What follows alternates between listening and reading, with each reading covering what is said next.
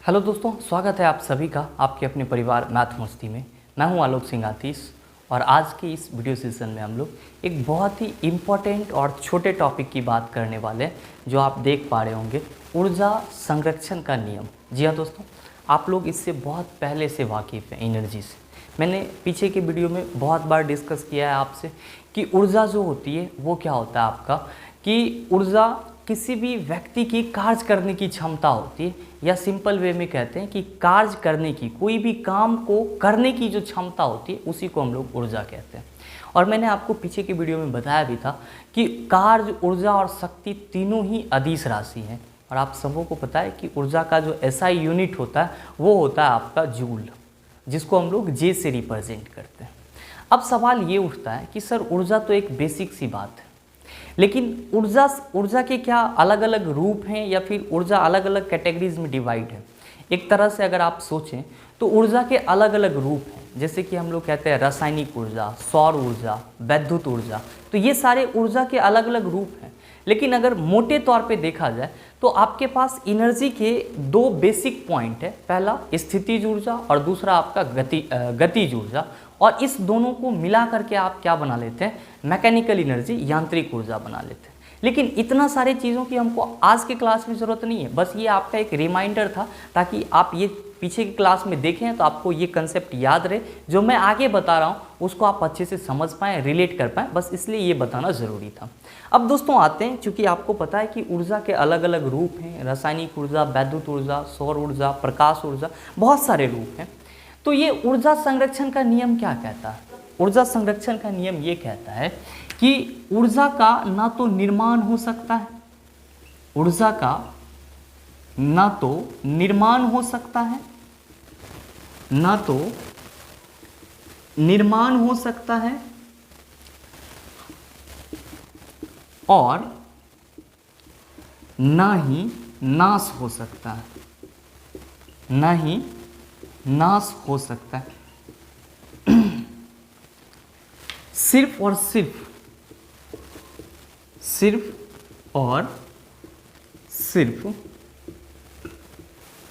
ऊर्जा का एक रूप से, ऊर्जा का एक रूप से दूसरे रूप में रूपांतरण हो सकता है।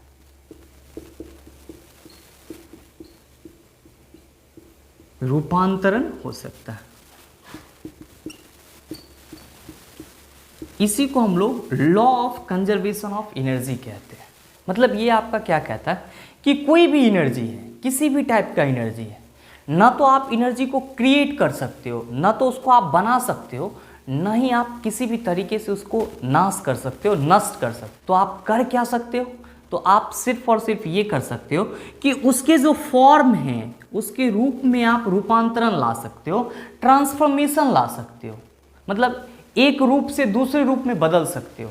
जैसे कि मैं बात करूं कि रासायनिक ऊर्जा को विद्युत ऊर्जा में बदलना, या फिर आप कह सकते हो कि यांत्रिक ऊर्जा से आप क्या कर सकते हो। जैसे कि मैं आपको बताऊं कि जब आप सितार बजाते हो तो उसमें यांत्रिक ऊर्जा क्या होता है, आपका ध्वनि ऊर्जा में परिवर्तित हो जाता है।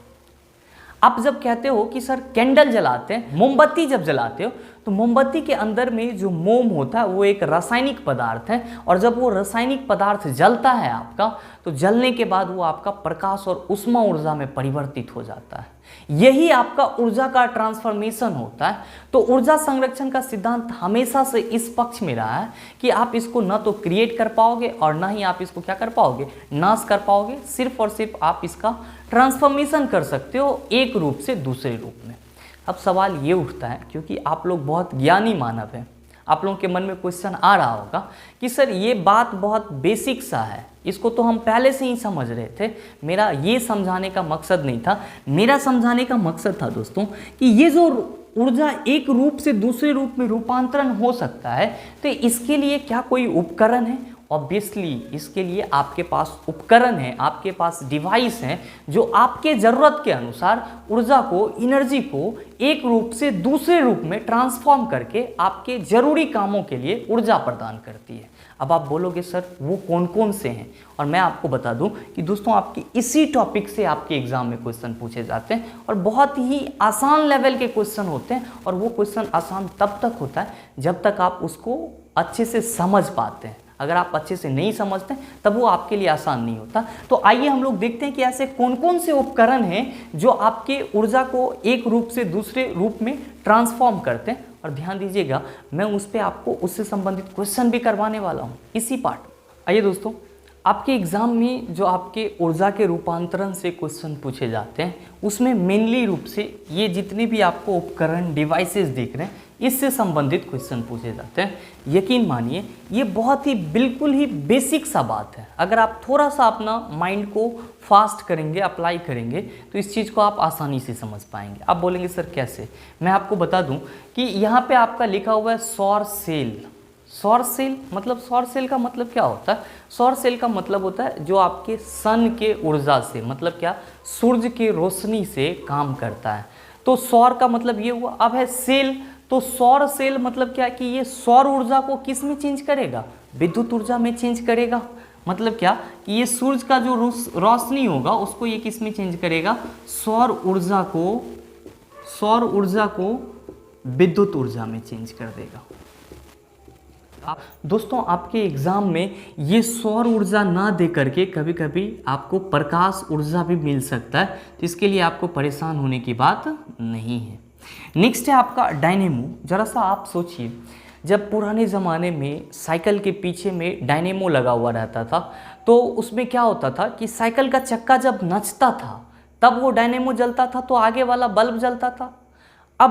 अभी भी आप डायनेमो को देखते होंगे जो आपका बिजली उत्पादन के लिए ज़रूरी होता है, जो शादी विवाह इन सब में या पार्टी फंक्शन में जो आपका जनरेटर लगा हुआ रहता है, उसमें दो पार्ट होते हैं उसके, एक इंजन होता है और दूसरा डायनेमो होता है। आप देखते होंगे कि वो इंजन का चक्का उसको घुमाता है, और आपको पता है दोस्तों कि अगर कोई चीज़ घूम रही होती है तो कहते हैं यांत्रिक ऊर्जा। तो आपका जो डायनेमो है वो क्या करता है कि जब उसको यांत्रिक ऊर्जा मिलता है तो उसके आर्मेचर में बदलाव होने के चलते विद्युत धारा उत्पन्न होती है। मतलब क्या कि डायनेमो आपका क्या करता है कि यांत्रिक ऊर्जा को किस में चेंज कर देता है? विद्युत ऊर्जा में चेंज कर देता है। किस में परिवर्तित कर देता है? विद्युत ऊर्जा में परिवर्तित कर देता है। नेक्स्ट है आपका विद्युत मोटर। आप लोगों के घर में भी मोटर होगा, मैं उसी मोटर की बात कर रहा हूँ। अगर आपके घर में लाइन नहीं होता है तो क्या आपका मोटर पानी टंकी में पहुँचा पाता है? आप बोलोगे नहीं, पॉसिबल ही नहीं है। तो ये टंकी में पहुँचा पाता है, मतलब ये क्या हुआ कि वहाँ पे ऊपर की ओर कोई चीज़ जा रहा है, तो पानी जा रहा है ऊपर की ओर। मोटर किससे चल रही है भाई? तो बिजली से चल रही है। और ये प्रोड्यूस क्या कर रही है? तो यांत्रिक ऊर्जा प्रोड्यूस कर रही है। मतलब आपका जो विद्युत मोटर है ये क्या करता है कि ये विद्युत ऊर्जा को चूंकि ये विद्युत से चलता है तो विद्युत ऊर्जा को किस में परिवर्तित कर दे रही है? यांत्रिक ऊर्जा में परिवर्तित कर दे रही है। यांत्रिक ऊर्जा में परिवर्तित कर दे पा रही है ये। नेक्स्ट है आपका माइक्रोफोन। दोस्तों याद रखेंगे, हम लोग माइक्रोफोन से हेडफोन याद रख लेते हैं, लेकिन नहीं, माइक्रोफोन क्या करता है? आपका ध्वनि ऊर्जा को विद्युत ऊर्जा में परिवर्तित करता है। इस चीज को आप हमेशा याद रखेंगे, ध्वनि ऊर्जा को विद्युत ऊर्जा में परिवर्तित कर देता है। नेक्स्ट आता है आपका लाउड स्पीकर। दोस्तों इस पे जो क्वेश्चन आपसे पूछा जाता है थोड़ा सा जटिल पूछा जाता है। मैं आपको बताऊं कि एक्चुअली लाउड स्पीकर जो है आपका वो विद्युत ऊर्जा पे काम करती है। तो आपको पता है कि इसका काम क्या है? साउंड को एक्सपेंड करना, फैलाना, ध्वनि फैलाना। और आपको ये भी मालूम है कि ध्वनि कैसे उत्पन्न होता है? तो जब वस्तु में कंपन होता है, वाइब्रेशन होता है, तो ध्वनि उत्पन्न होता है। अब वाइब्रेशन हो रहा है तो ऊपर नीचे, मतलब उसके कण गति कर रहे हैं। मतलब कण जब गति कर रहे हैं, कोई भी चीज या कोई भी कण जब गतिशील होता है, फिजिक्स के मैकेनिक्स पार्ट, यांत्रिक पार्ट में उसको धकेल देते हैं। क्यों? क्योंकि कहते हैं कि इसके अंदर स्थितिज ऊर्जा भी हो सकती है और फिर गतिज ऊर्जा भी हो सकती है। तो दोस्तों मैं आपको बता दूं कि लाउड स्पीकर में जैसे ही हमने इलेक्ट्रिसिटी दिया तो वो आपका जो विद्युत ऊर्जा होता है तो पहले जा करके उसके पर्दा के जो पार्टिकल्स हैं, जो कण हैं, उसमें वाइब्रेशन उत्पन्न करेगा, फिर जाके साउंड प्रोड्यूस होगा। जब वो साउंड प्रोड्यूस होगा इसका मतलब ये हुआ कि जो वाइब्रेशन ला रहा है यहाँ पे, वो वाइब्रेशन कहीं ना कहीं यांत्रिक ऊर्जा में बदल रहा है, और फिर जाके यांत्रिक ऊर्जा आपका किस में बदल जा रहा है? ध्वनि ऊर्जा में। तो इसके बारे में हम लोग क्या कहते हैं कि ये विद्युत ऊर्जा को इलेक्ट्रिकल एनर्जी को यांत्रिक ऊर्जा में परिवर्तित करती है। विद्युत ऊर्जा को यांत्रिक ऊर्जा में, और फिर यांत्रिक ऊर्जा को किस में परिवर्तित कर देती है भाई? ध्वनि ऊर्जा में परिवर्तित कर देती है, जो आपके कान तक आसानी से पहुंच पाता है। नेक्स्ट है दोस्तों आपका सितार। आप सब समझ रहे होंगे इसको, सितार ऐसे ऐसे बजाने वाला। तो आप वहाँ भी पार्टिकल्स मूवमेंट करवा रहे हैं अपने हाथ को, मैकेनिकल फोर्स वहाँ भी लग रहा है, यांत्रिक ऊर्जा। मतलब क्या हम लोग कहते हैं कि जो आपका सितार है ये आपके यांत्रिक ऊर्जा को किस में बदल देता है? सितार यांत्रिक ऊर्जा को ध्वनि ऊर्जा में बदल देता है। यांत्रिक ऊर्जा को किस में बदल देता है? ध्वनि ऊर्जा में। इस चीज को आप याद रखेंगे। नेक्स्ट है आपका बल्ब, ट्यूबलाइट, हीटर। ये सारे चीज दोस्तों आपको पता है कि बल्ब, ट्यूबलाइट, हीटर ये सब के सब विद्युत ऊर्जा से चलने वाले हैं। और ये क्या उत्पन्न करते हैं? तो पहला चीज तो ये तो प्रकाश उत्पन्न करता है, ताकि हम लोग किसी भी चीज़ को देख पाएँ, और साथ ही साथ अगर प्रकाश उत्पन्न हो रही है तो ऊष्मा तो उसमें रहेगी ही रहेगी। दैट मीन्स क्या कि ये क्या करता है? आपके विद्युत ऊर्जा को प्रकाश एवं ऊष्मा ऊर्जा में परिवर्तित करता है। प्रकाश एवं ऊष्मा ऊर्जा में परिवर्तित करता है। इस चीज को याद रखेंगे, इससे आपके क्वेश्चन पूछे जाते हैं। मोमबत्ती का जलना, आप सबों को पता है मोम एक रासायनिक पदार्थ है, सो इसके अंदर रासायनिक ऊर्जा ही होगी। तो मोमबत्ती का जलना क्या होता है कि रासायनिक ऊर्जा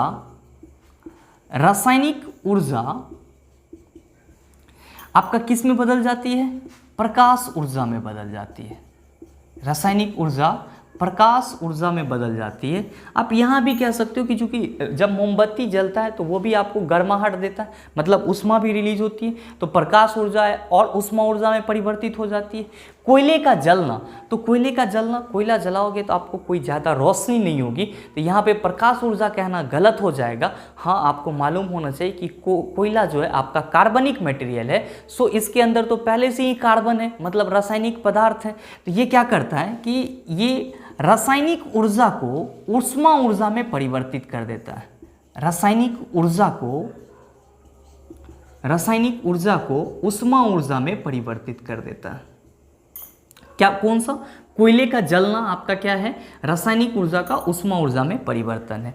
विद्युत सेल, दोस्तों आप सबों को पता है कि जो आपके विद्युत सेल होते हैं उसके अंदर कुछ न कुछ केमिकल सब्सटेंस होते हैं, रासायनिक पदार्थ होते हैं, और वो रासायनिक पदार्थ उसको रासायनिक ऊर्जा उत्पन्न करके देते हैं ताकि वो सेल सही रूप से काम कर सके। और जो आपका विद्युत सेल होता है, इलेक्ट्रिक सेल होता है, वो क्या करता है? रासायनिक ऊर्जा को विद्युत ऊर्जा में परिवर्तित करता है। क्या करता है? रासायनिक ऊर्जा को विद्युत ऊर्जा में परिवर्तित करता है। रासायनिक ऊर्जा को विद्युत ऊर्जा में परिवर्तित कर देता है। कौन सा? तो आपका जो विद्युत सेल है वो, इलेक्ट्रिक सेल है वो। नेक्स्ट बात आती है दोस्तों इंजन की। कोई भी इंजन हो तो उसमें क्या होता है कि जो उस इंजन का काम क्या होता है? इंजन का काम जनरली होता है किसी भी चीज़ को घुमाना। आप देखते होंगे कि जो थ्रेसर चलते रहता है या जनरेटर चलते रहता है तो वो पुल्ली का शाफ्ट घूमते रहता है और उसका जो पहिया होता है वो भी तेज़ी से घूमते रहता है। तो इंजन जनरली उसमें जो हम लोग फ्यूल डालते हैं, ईंधन डालते हैं, वो आपका ऊष्मा रिलीज करता है, और ये ऊष्मा ऊर्जा किस में परिवर्तित हो जाता है? आपका यांत्रिक ऊर्जा में परिवर्तित हो जाता है। ऊष्मा ऊर्जा किस में परिवर्तित होता है? यांत्रिक ऊर्जा में परिवर्तित हो जाता है। यांत्रिक ऊर्जा में परिवर्तित हो जाता है।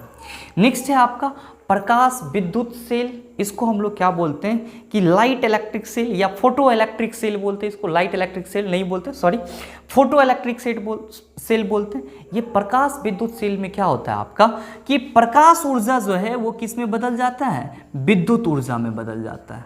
प्रकाश ऊर्जा विद्युत ऊर्जा में आपका परिवर्तित हो जाता है, विद्युत ऊर्जा में परिवर्तित हो जाता है।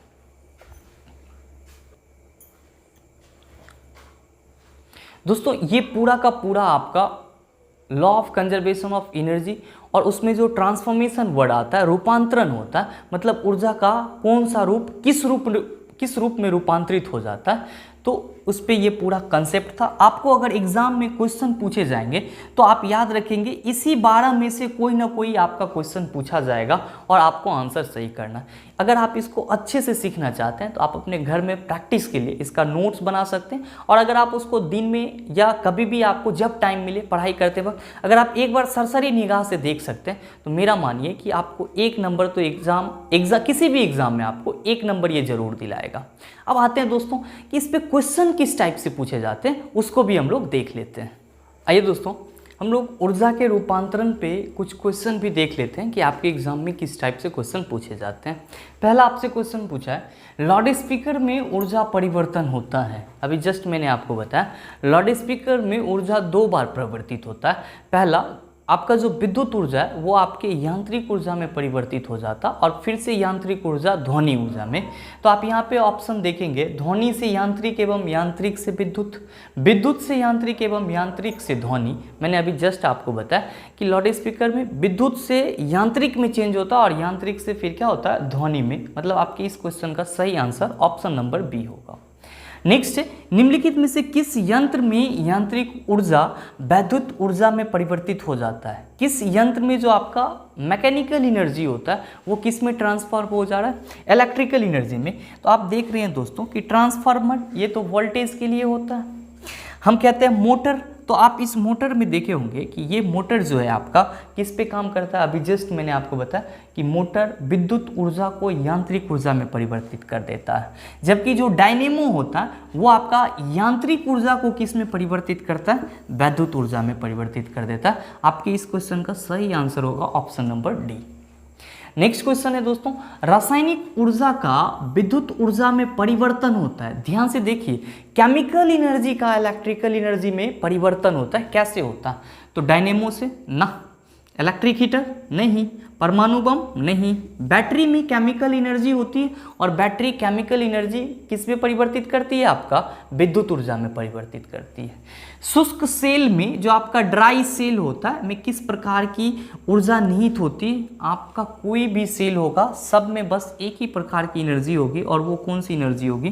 रासायनिक एनर्जी होगी। हम लोग का जो अगला क्वेश्चन है क्वेश्चन नंबर 5, बहुत ही आसान सा सवाल, निम्नलिखित में से किस में गतिज ऊर्जा नहीं है? तो चली हुई गोली, अगर कोई चीज़ चल रहा है तो उसमें तो गतिज ऊर्जा होगी ही होगी। बहता हुआ पानी बह रही है मतलब मोशन में, गतिज ऊर्जा ऑब्वियसली होगा। चलता हथौड़ा मतलब जब हम लोग हैमरिंग कर रहे हैं। अब फिर एक खींचा हुआ धनुष, मतलब धनुष सिर्फ खींचा हुआ है, वो चल नहीं रहा है, मतलब जब खींचा हुआ है तो इसमें गतिज ऊर्जा नहीं है, मतलब इसमें कौन सी ऊर्जा है? स्थितिज ऊर्जा।